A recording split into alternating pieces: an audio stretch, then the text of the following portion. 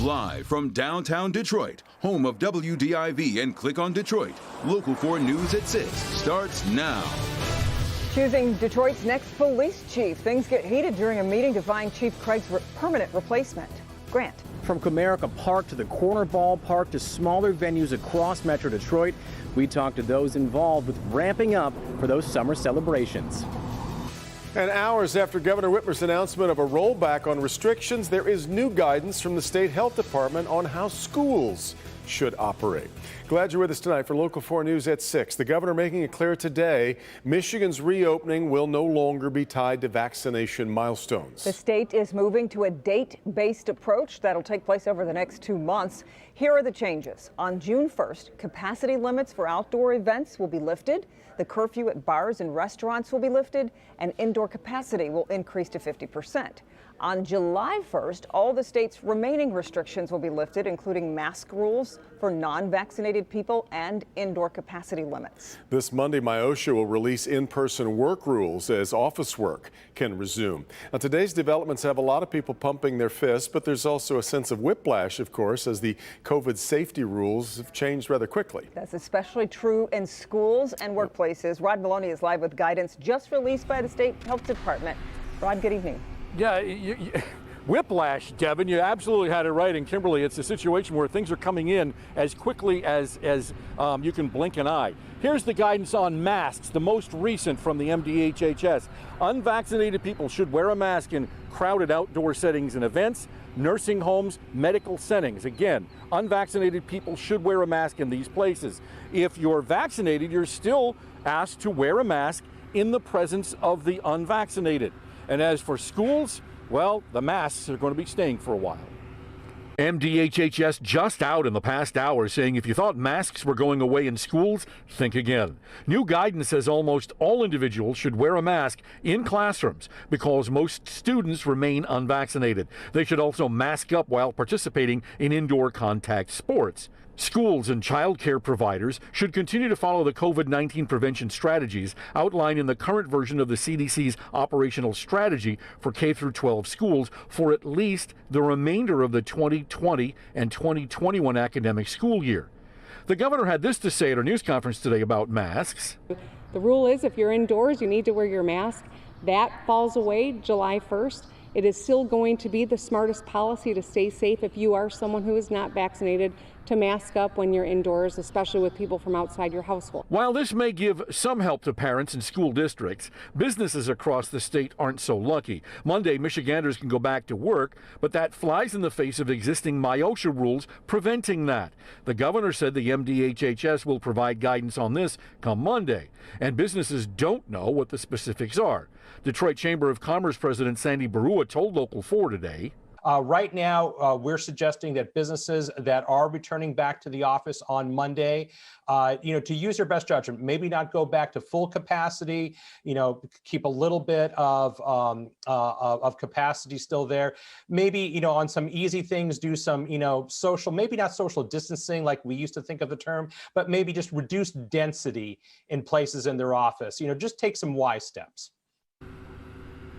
And the whiplash continues because we just heard out of Lansing that there's been an agreement, and the logjam, as I call it, the Lansing logjam, appears to have broken in that the governor is going to be having budget talks with the legislature. Now, they've allowed her into that in exchange for her allowing future legislatures to have say in emergency pandemic or epidemic situations, and also a complete elimination of the permanent MIOSHA COVID rules. Devin, it makes your head swim. In fact, a big part of that tie-up has been these federal dollars that have been hung up sitting in the balance. What does this mean for that money?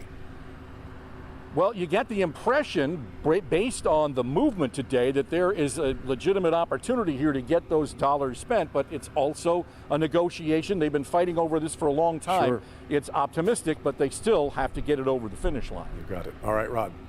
Well, the governor held her news conference today on a baseball diamond for good reason. It is now clear we'll soon see large crowds at Comerica Park as well as other places we've loved to gather in the past. Grant Herms is live with a look at how those venues are preparing to welcome people back. Grant? Kimberly, from one baseball diamond to another here. You know, these big venues really missed out on that live entertainment over the last 16 months, whether it was sports or concerts or those big gatherings. Today, a lot of excitement and a little anxiety as they get ready for a very busy summer.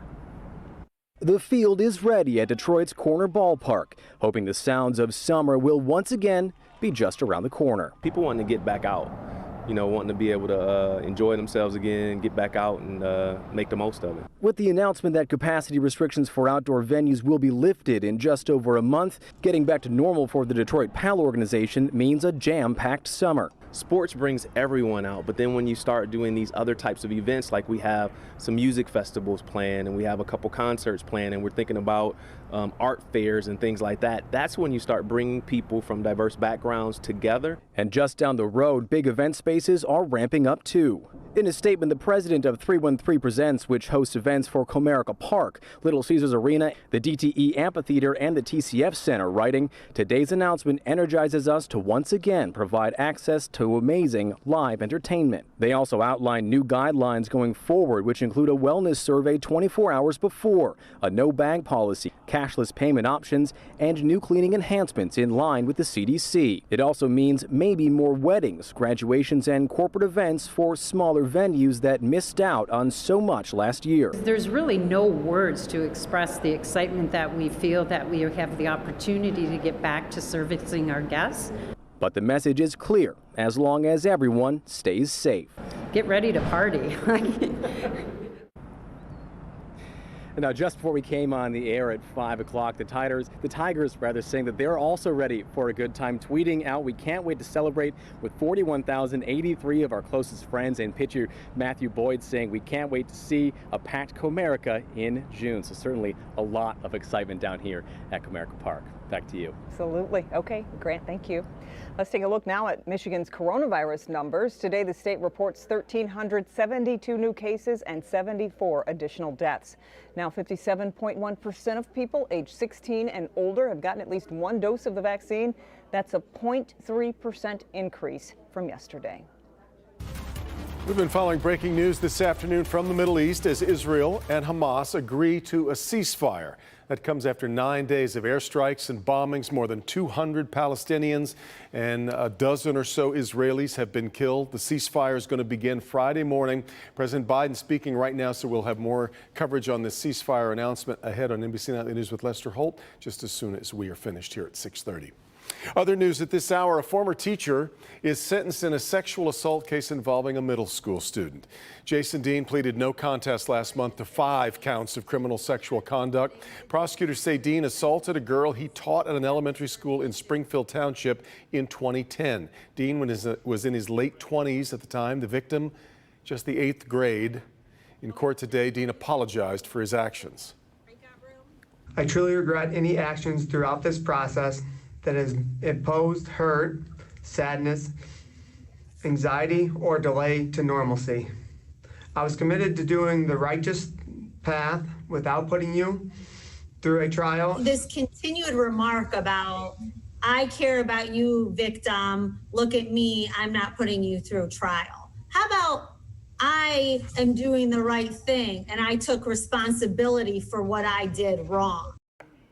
Dean sentenced to 9 to 30 years in prison. Well, we know when Chief Craig is leaving, and we know James White will be the interim chief, but there's still a lot to be decided about the job of top cop in Detroit. Sean Lay is live with a look at how the process of choosing a new chief is going. And Sean, the Board of Police Commissioners met this afternoon. Are they still meeting? This is a very long meeting, you're right, but they discussed the new chief process early on, and they were also presented with these current stats that whoever the new chief is will be facing once he or she gets here. Homicides in the city up 31%, aggravated assaults up 36%, carjackings up 18%. Chief Craig was also a part of this meeting. He dropped another hint about his future. It's no secret that this department, prior to my appointment, was rocked by scandals. Retiring Chief James Craig, his final appearance with the Board of Police Commissioners before he moves on June 1st. Any mention of Craig running for governor? No, but Craig told the board the next chief should come from within Detroit Police. The talent is right here in this department. What's next? Interim Chief James White. He'll have to compete for the job with 20 to 30 candidates that a minority Detroit search firm will look for nationwide. So Chairman Bell and the rest of the police commissioners, I can talk to you all day about the 4 companies.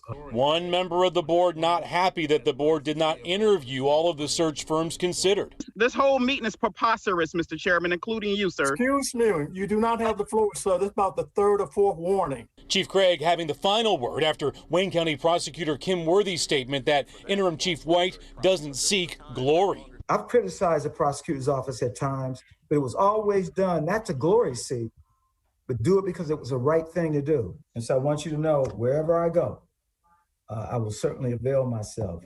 I just may have a different title.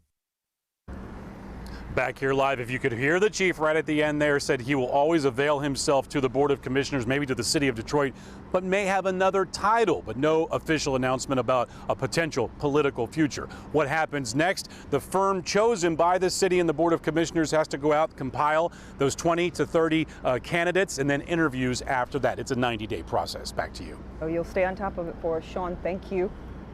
The annual Mackinac Policy Conference is back on for 2021. The Detroit Regional Chamber says it's going to take place in person on September 20th through the 23rd up on Mackinac Island. Some stipulations, though, were in place. First, attendance will be limited to no more than 1,300 people. That's a 30% reduction from usual. And all attendees will be required to be fully vaccinated for COVID-19. Annual conference typically held the week of Memorial Day was canceled last year due to the pandemic. In what ways are you different from when the pandemic started? A new survey is revealing the mental and physical health impacts of the past 15 months. Got that coming up in just a minute. Let's check in with Ben. Devin and Kim, with the summer-like heat, we're getting some summer side effects as well. We'll look at the air quality, humidity, and drought problems that are coming along with the 90-degree numbers next.